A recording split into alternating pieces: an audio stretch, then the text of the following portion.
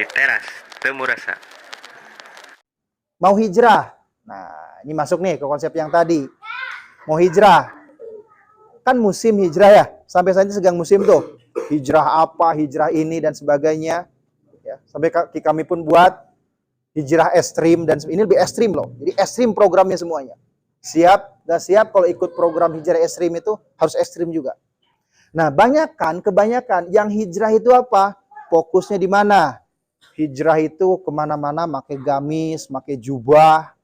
Kalaupun bercelana, celananya dibuat cingkrang. Kemana-mana pakai peci. Mulai menumbuhkan jenggot, walaupun cuma hanya beberapa helai, kan gitu. Ya, pokoknya kalau janggotan koski, ini kebetulan ada janggotnya ya. Tidak hijrah. Kan gitu. Pokoknya kalau nggak ikut kajian setiap pekan itu tidak hijrah. Kalau nggak ikut kajian rutin, tidak hijrah.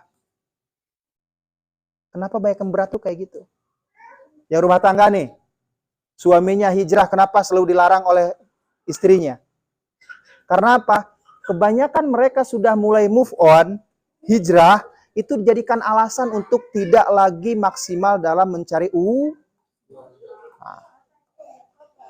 pan papa teh tos hijrah tong pati teuing karena pokoknya kalau ada suaminya alasan kayak gitu, Bu, nah itu nggak bisa jadikan alasan. Justru kalau dia sudah hijrah, dia sudah harus semakin bertanggung kudu maksimal. Kan banyak tuh sekarang, punten ya, satu negara ada yang seperti itu, insya Allah di Indonesia nggak ada lah. Suaminya mulai hijrah, tapi apa? Oke lah, rajin ke masjid, rajin pengajian, istighosah dari jam 11 sampai subuh, kerja kesiangan, hayo dicarekan ku bosna dan sebagainya. Gaji banyak dipotong, bonus nggak dapat. Alasannya apa? Itu yang mengakibatkan kenapa sulit untuk hijrah. Dipikirnya kudu gitu. Ya. Hijrah bukan tentang penampilan. Makanya konsep hijrah, monggo silakan diterapkan di sini ya kalau memang cocok. Yang pertama, ya, perbaiki hubungan dengan orang. Pertama gini ya, perbaiki hubungan dengan orang tua. Setiap kita akan punya orang tua, nggak ada yang dilahirkan dari batu, betul nggak? Terlepas itu memang masih ada ataupun sudah meninggal. Hijrah pertama itu perbaiki hubungan dengan orang tua. Tapi kan orang tuanya sulit diperbaiki, nggak apa-apa. Tugas kita memperbaiki hubungan kita dengan mereka. Mereka sudah tidak mau terima atau malah berlaku buruk dan sebagainya, itu urusan mereka. Perbaiki itu. Makanya kami di program Trijus ini, mereka yang belum dapat perbaikan hubungan dengan orang tua, kita tidak izinkan ikut program menghafal Quran. Karena ngapain ngapal Quran kalau hubungan dengan orang tuanya bermasalah? Ingat ya? Jadi sebelum kajian, ngariung kali gitu, ada hal yang harus kita lakukan dulu. Perbaiki hubungan dengan orang tua.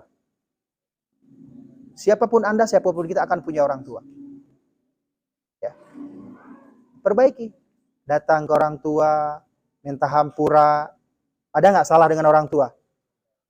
Ya, najong pantau, tupang melikeun kuota kan gitu. Kayak gitu. Ya. Nah, itu perbaiki hubungan orang tua. Kedua, perbaiki hubungan dengan Allah. Dengan apa? Dengan sholat. Hanya sholat saja dulu. Jangan dulu yang lain. Ya kan? Oh, pokoknya mah urang marek getol tahajud, tong wara. Jangan dulu. Kan? Makanya kita ada program namanya Terabas. Terapi bangun subuh. Karena laki-laki itu boleh dicek dia kelaki-lakiannya itu sholat isanya dan sholat subuhnya. Itu ya. Ini ada yang belum nikah ahwatnya. Kalau ingin cari suami, cek saja sholat subuhnya dan sholat isanya. Itu layak jadi suami. Itu saja. Ya. Ya kan? Jangan pula nanti kan nge-WA, bangun sayang, udah subuh. Kalau yang udah nikah boleh. Bersebelahan kan tapi WA-an kan romantis ya. Gitu kan? Kayak gitu kan. Pas dicek teh sebelah teh, nah enggak kekirim terus palit, oh salah sayang nuka dua ieu mah. Kan gitu. Nah itu. Perbaiki hubungan dengan Allah. Dengan sholat saja dulu. Dimulai dari mana yang kita mampu. Ya kan? Gak mampu kita tepat waktu, azamkan. Udah ya Allah, pekerjaan saya itu nyampe jam 2. Ya udah, ya Allah, nanti saya sholat duhur jam 2. Mulai dengan komitmen dengan Allah, gitu saja. Allah maha baik kok. Sugan, oh mana-mana jam 2 sholat duhurna gitu kan, diterima. Kan enggak. Komitmen di situ. Di pakaian pun kayak gitu. Ya, enggak mesti Anda kemana-mana bawa sarung dan sebagainya. Selagi celananya itu bersih, silakan sholat dengan itu. Ya. Oh di sini rapi-rapi semua loh. Saya di Jambi itu punya anak-anak hijrah itu yang supir truk, tambang, kalau kami bilang dompeng ya, tukang ngambil emas itu. Ketika duhur itu mereka masih di bawah kubangan air. Dan itu kubangannya air walaupun keruh, suci. Ya kan? Karena tidak kotoran apa dan sebagainya di situ. Ya sudah, kadang mereka sholat dengan celana yang basah dan sebagainya. Mulai saya komitmen di situ. Gak usah dulu kita langsung, oh pokoknya langsung ke masjid. Bagus. Bagus. Cuman kalau belum memungkinkan, komitmen saja dengan Allah. Ya Allah, saya ingin sholat duhur. Saya ingin sholat asar. Gitu. Komitmen ya. Nah, karena setiap kita punya keadaan berbeda loh. Nggak bisa disamakan. Ya. Mungkin yang ustad keren. Bisa persiapan, kan gitu. Mandi heula, on time gitu kan. Ngimaman, itu keren iya. Nggak bisa disamakan. Makanya setiap kita akan ada porsinya. Ya. Untuk ibadah tuh ada porsinya loh. Gak semua nanti akan bisa ahli dalam di bidang istighosah. Ya. Namun sababnya ya baru duduk 10 menit saja kan udah pegel lah dan sebagainya. Kan ada yang kayak gitu. Gak semua nanti Anda tuh bisa ditahajud. Gak semua. Ya kan? Di duha pun demikian, maksakeun hayang duha, carekan ku bosna dan sebagainya, nggak bisa juga. Yang penting difokus 5 waktu saja dulu. 5 waktu, sok. Mulai komitmen dengan Allah. Ya Allah, saya sholat asarnya jam 5. Ya udah, setelah jam 5 baru kita sholat. Gitu. Saya nemukan orang-orang yang, Kang, saya sudah resign. Karena apa? Karena tempat kerja saya tidak syar'i. Keren. Bahkan tidak membolehkan kami sholat berjamaah, harus sholat masing-masing. Ya pabrik kalau karyawan sholat berjamaah, rusak dong mesin. Kan gitu. Ya. Kalau kita di perusahaan orang lain, tong mau karep sorangan gitu. Ya. Saya sudah resign apa dan sebagainya. 3 bulan kemudian, Kang gimana saya dimarahin istri karena nggak punya uang. Nah kan kamari. Ingat, kita punya porsi. Sok, ibadah di porsi kita. Fokus di sholat itu semampu kita dulu. Tapi jangan pula nanti kayak gini gitu kan. Ya Allah, saya mah sholat duhur mampunya 2 rakaat dulu gitu kan. Ada ya bermasalah kayak. Kebetahan gitu kan sholat duhur 2 rakaat. Orang nanya kagak kan. Nanti, ini aliran apa ini kan? Kayak gitu. Tetap sholat duhurnya 4 rakaat. Mungkin awal-awal ya Allah saya sholat itu baru bisa takbiratul ihramnya saja. Allahu Akbar dan Fatihahnya saja dan sebagainya. Hafalan yang lain belum hafal. Sambil kita terus belajar. Makanya enaknya orang yang terus belajar dalam kehidupan itu, Allah selalu ampuni kesalahannya. Karena masih belajar. Kan orang ada kerugian bagi orang yang dalam tanda kutip bodoh, gak tahu dengan keilmuan agama, kemudian dia berhenti belajar. Itu kan otomatis seolah-olah dia sudah pintar dan bisa. Ketika ibadah salah, jadi dosa. Ketika kita ibadah, misal sholat nih, masih salah gerakan dan sebagainya, tapi kita dalam posisi belajar, insya Allah Allah ampuni. Di Al-Quran kan demikian. Orang yang sedang belajar Al-Quran, wahuwa yatata. Dia itu terbata-bata baca Al-Quran, tapi diniatkan belajar dan dia sedang belajar, walaupun umurnya nggak 40 tahun, Allah beri pahala 2. Pahala baca Quran dan pahala belajar. Keren gak tuh? Kan gitu. Cuman masalahnya, saya menemukan kemarin. Kang, bukan saya nggak mau baca Quran, kunaon. Saya baca Qurannya nggak bagus. Kalau baca Quran, salah maca, salah huruf, dosa. Daripada dosa, mending teu maca Quran. Kan gitu ya? Wah, ini masalah nih orang kayak gini. Mindsetnya keliru ini. Kan gitu. Daripada saya dapat dosa, baca Quran kan, mending nggak baca Quran. Makanya hijrah ini tuh bukan tentang pergerakan. Pergerakan tuh mudah kok. Dari rumah datang ke sini mudah gitu kan. Tapi tentang mindset. Yuk kita perbaiki mindsetnya. Mindsetnya. Jangan samakan porsi kita dengan orang lain. Ya. Tampilan saya kayak gini ya.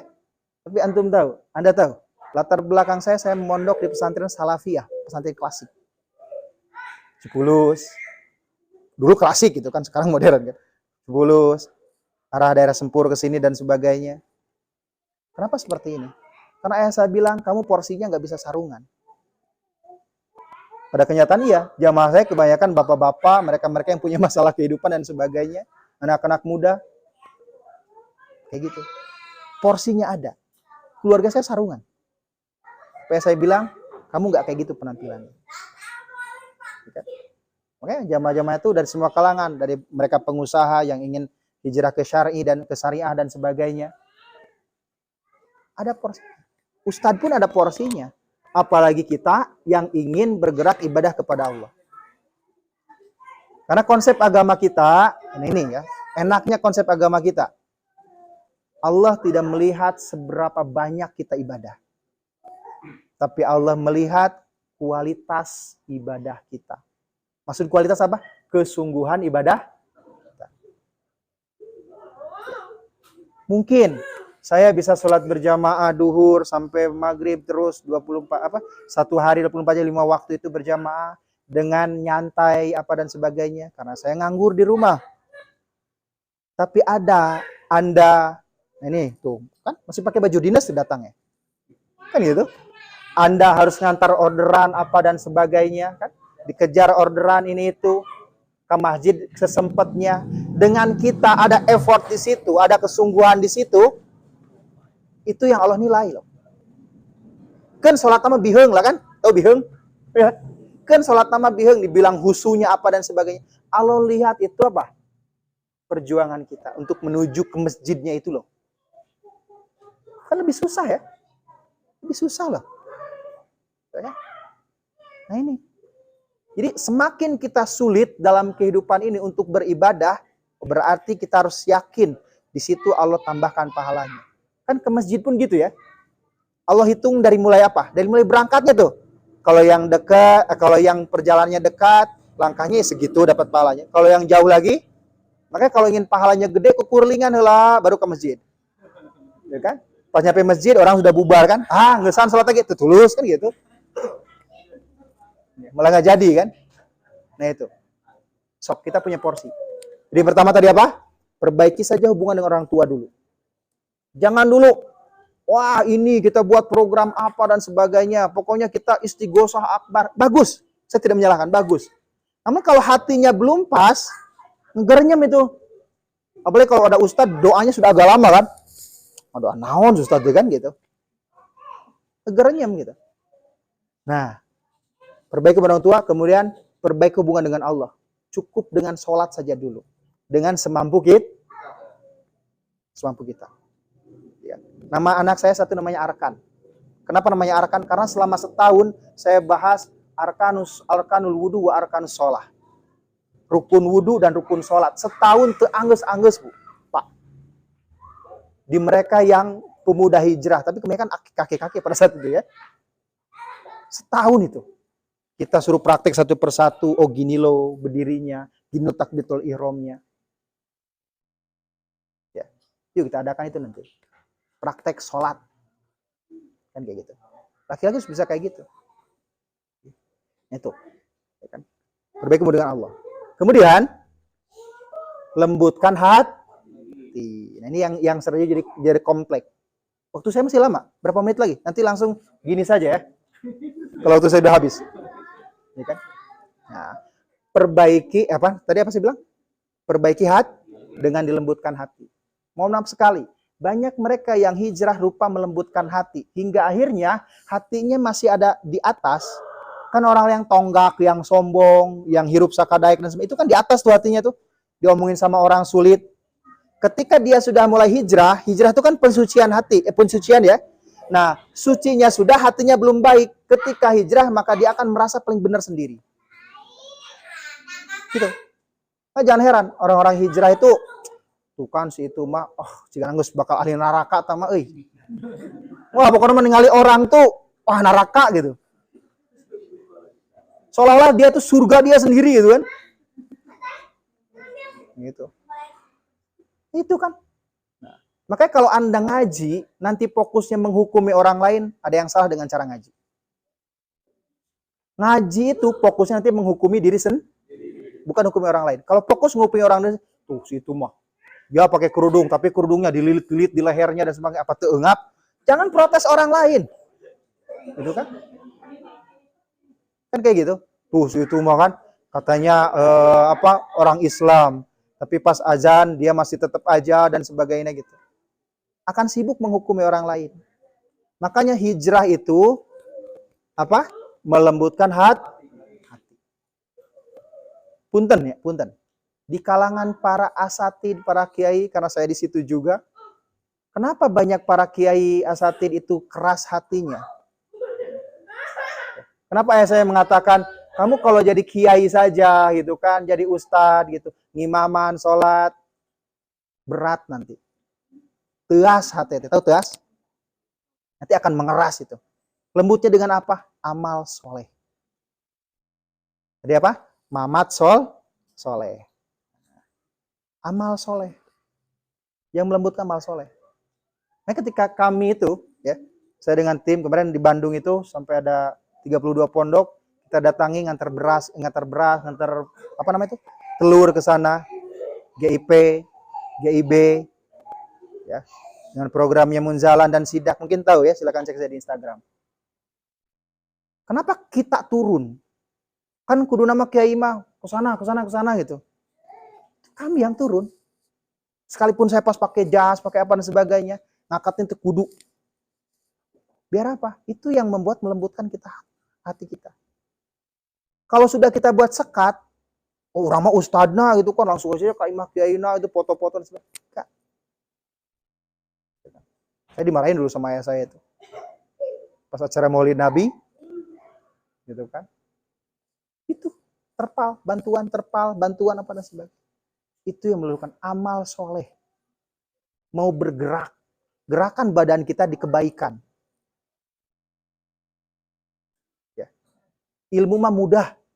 Tuh kudu nggak datang ke ustadz di mana-mana, ya kan? Hayang ustadz siapa sih? Ya kan? Ustadz yang jauh yang mahal ya sudah. Tinggal buka YouTube-nya, klik, nges, tonton bebarengan. Kan gitu?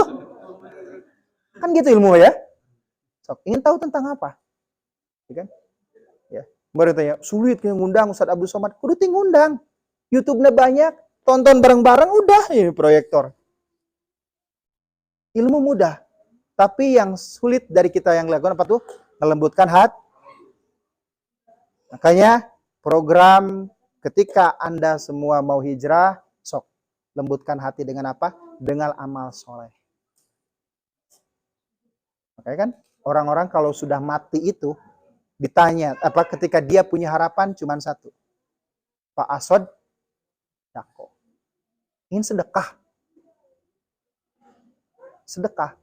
Sedekah itu amal soleh. Kan sedekah itu nggak perlu uang. Kan sedekah itu umum. Senyum kepada orang lain itu kan ada senyum. Nah, kita selalu mengartikan senyum kepada orang itu ibadah itu kita senyumin orang. Senyum-senyum ke batur itunya. Bukan itu. Kita senyum ke orang karena orang tersenyum ke kita. Berarti orang itu nyaman dengan kita. Gitu. Yuk kita lembutkan hati. Amal soleh. Terlepas nanti, oh saya mah dosa, pendosa, banyak ini dan sok we. Resep kene karena dosa mah naik. Seimbangkan amal solehna oge terus. Gitu kan?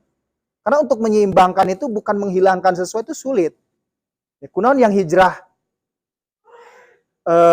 Yang hijrah itu banyak yang gak jadi. Kan dipikirnya gitu. Kalau hijrah hidup akan lebih baik, Allah akan bantu, kemudian saya akan bla bla bla bla. Kan itu ya? Enggak.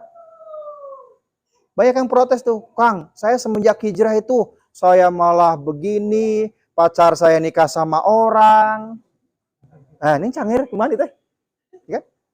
Katanya hijrah itu akan Allah mudahkan kebutuhan kita, keinginan kita.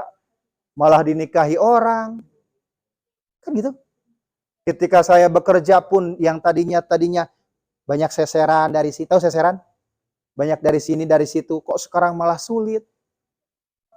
Ya. Jadi hijrah dengan Allah tuh, uniknya Allah tuh kayak gitu. Ketika kita ingin kembali ke Allah, Allah tuh ingin kita datang kepada Allah itu dalam keadaan bersih sebersih-bersihnya. Sebersih-bersihnya. Makanya akan Allah bersihkan dulu nih. Oh ini loh, kamu punya dosa ini, selesaikan. Dosa ini selesaikan. Dan harus bersyukur ketika keburukan dibuka oleh Allah di dunia. Apa sebabnya? Karena kalau tidak dibuka dunia akan dibayar di akhirat. Dan itu akan lebih sulit. Kayak gitu. Ya. Saya menemukan 2 orang itu. Ketika hijrah, kok malah di penjara. Dan itu nggak lama sih, cuma 3 bulan. Pulang dari penjara, dia malah ketawa-ketawa senang. Kenapa? Karena dosa saya yang kemarin, kalau nggak saya di penjara, berarti kan nggak ketebus. Nah, ketika keburukan kita malah kelihatan kok dan sebagainya, syukuri saja dulu. Terima kasih ya Allah, Allah tunjukkan sekarang. Perbaiki. Tapi kan kata orang gini. Jangan dulu dengar kata orang. Gitu. Allah tuh ingin kita bersih dulu. Makanya jangan heran ketika kita mulai ingin kembali ke Allah, jatuh, sudah 0 baru. Tidak dialami orang lain. Orang yang sedang berbicara alami itu. Ketika hijrah, sampai-sampai saya ngalamin makan sama daun ubi. Kalau sini apa namanya? Daun singkong. Gitu. Ya. Cuma makan daun singkong. Ya sebelahnya ada sih ayam gitu kan, sambal. Oh iya tuh, tepat. Begitu ya. Nah, ini. Jadi kita fokus di lunakan hati. Lunakan hati itu bukan ilmu. Hati-hati. Ilmu itu kalau kita tidak bisa menggunakannya itu mengeraskan hati. Merasa punya ilmu, merasa pintar dan sebagainya. Melembutkan hati dengan amal soleh. Dan cara menjaga kelembutan hati. Nah tadi amal soleh. Silakan Anda buat amal solehnya apapun itu sesuai kemampuan. Kalau mampu dengan harta, silakan dengan harta. Kalau tidak, dengan berbuat kebaikan. Nah, kami ada gerakan tadi kan terapi bangun subuh. Bangun subuh itu termasuk dengan sedekah subuhnya. Sedekah, ini kotak sedekah subuh. Oh dia. Nah, jadi sedekah subuh ini bukan tentang konsepnya ngasih uang saja. Mungkin jangan asupan ke dia boro-boro gitu ya. Nah, bukan tentang ini saja. Sedekah subuh, ketika ada bangun subuh, habis selesai subuh, gitu kan. Sampai alhamdulillah dia nurut sampai sekarang. Ketika dia datang subuh, dia sebelum sholat merapihkan sendal jamaah. Cuman suka bingung ketika sendal jamaahnya swallow semua. Warnanya hidung KB. Kumaha gitu kan. Nah, takut salah kan minyaknya kan. Itu termasuk amal soleh, itu termasuk sedekah kita kebaikan. Ya kan? Nyapu halaman masjid. Kadang nyapu halaman tetangga, walaupun tetangga bilang, "Tumben kamu nyapu halaman saya," gitu kan. Ya kebetulan rambutan berbuah, Bu, gitu kan gitu. Jadi sedekah itu tentang apa yang kita lakukan kebaikan. Coba saja, nggak usah setiap hari, nggak usah setiap waktu. Coba saja dimulai di subuh. Di subuh. Kalau bisa, ini bagus programnya. Masukkan sini koin, kontreng kan gitu ya.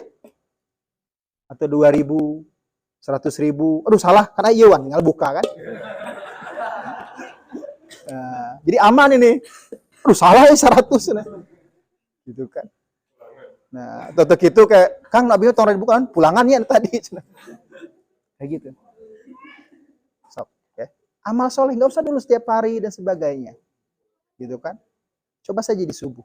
Itu melembutkan hati. Karena waktu subuh itu waktu di mana hati kita, jiwa kita benar-benar fresh. Makanya punten ya, karena saya termasuk di parenting juga. Bagi orang tua yang sudah punya anak, hati-hati, jangan nyarekan. Jangan nyarekan apa? Jangan memarahi. Gitu. Ini saya mumpung di orang Sunda, karena saya kebanyakan bukan di orang Sunda, jadi sulit kalau ngomong Sunda. Jangan memarahi anak di usia ba'da subuh sampai jam 9. Karena apa? Itu jiwa anak tuh dalam banget. Marahnya ibu tuh nerap. Jadi trauma buat anak. Oh, tuh ibu-ibu biasanya rame. Wah, padahal waktu itu waktu menjengkelkan banget. Waktu sekolah belum bangun, kadang diseret apa dan sebagainya. Ini, kita pun demikian tuh. Ketika ingin fokus amal baik, coba saja.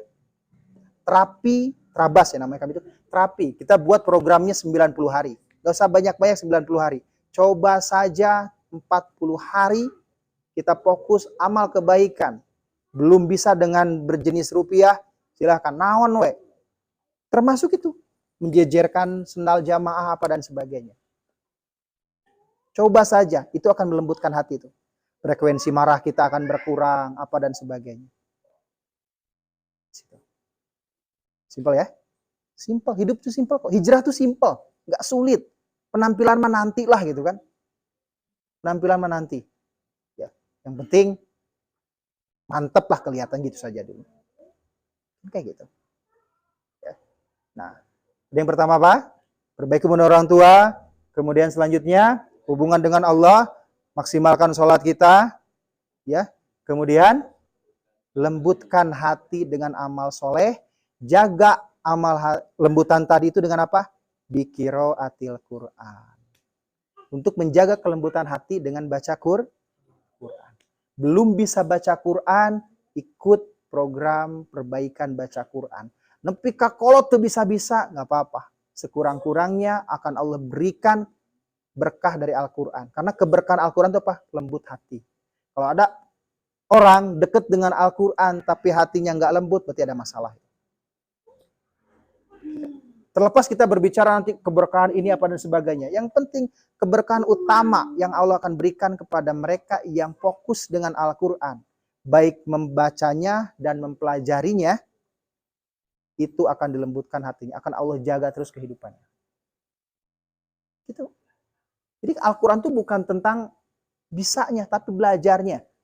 Karena kalau untuk bisa, punten ya, Abdi katanya, saya katanya sudah ustadz, sudah ngimaman di masjid, pokoknya mengajar Quran juga gitu kan, bahkan disertifikasi guru Al-Quran, pokoknya nges asapang kerena we bacaan Quran teh.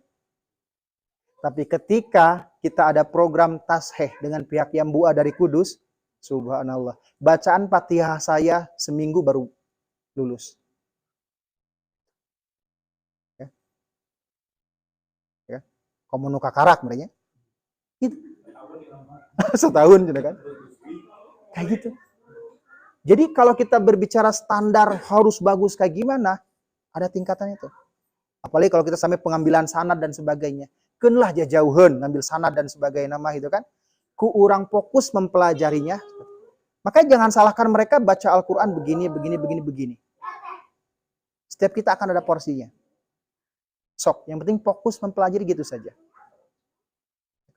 Belajar sekarang, pengucapan huruf alif seperti ini, huruf ain begini, udah gitu saja sehari, sudah. Dan Allah akan berikan 10 kebaikan dari setiap huruf. 10 kebaikan loh dari setiap huruf. Gitu kan? Ketika kita mengucapkan alif, lam, mim, itu sudah jadi 3 huruf. Sudah 30 kebaikan. Yaudah, kita hitung-hitungan saja. Keburukan hari ini kita lakukan berapa? Contoh 50. Ya sudah, terus gembleng. Ya kan? Dengan bacaan Al-Quran, dengan sedekah tadi. Dengan amal soleh tadi. Untuk menghapusnya. Jadi menghapusnya itu bukan ditinggalkan, tapi dihapuskan. Biarkan Allah bantu kita untuk menghilangkan kebiasaan itu. Itu konsep hijrah. Masih ada waktunya? Kalau sudah habis, ada pertanyaan? Oh, berarti itu ya materinya. Sebenarnya tadi nggak akan ngasih materi sih. Tapi itu menjawab pertanyaan saja ya. Kebanyakan panjangan jawabannya. Di sini kita sharing saja dulu. Nanti setelah saya tahu ini apa materi yang cocok, nanti kita boleh agendakan setiap pekan. Nanti kita izin dulu sama Pak Ustadz Iip. Kita buat. Dengan terapinya seperti apa dan bagaimana.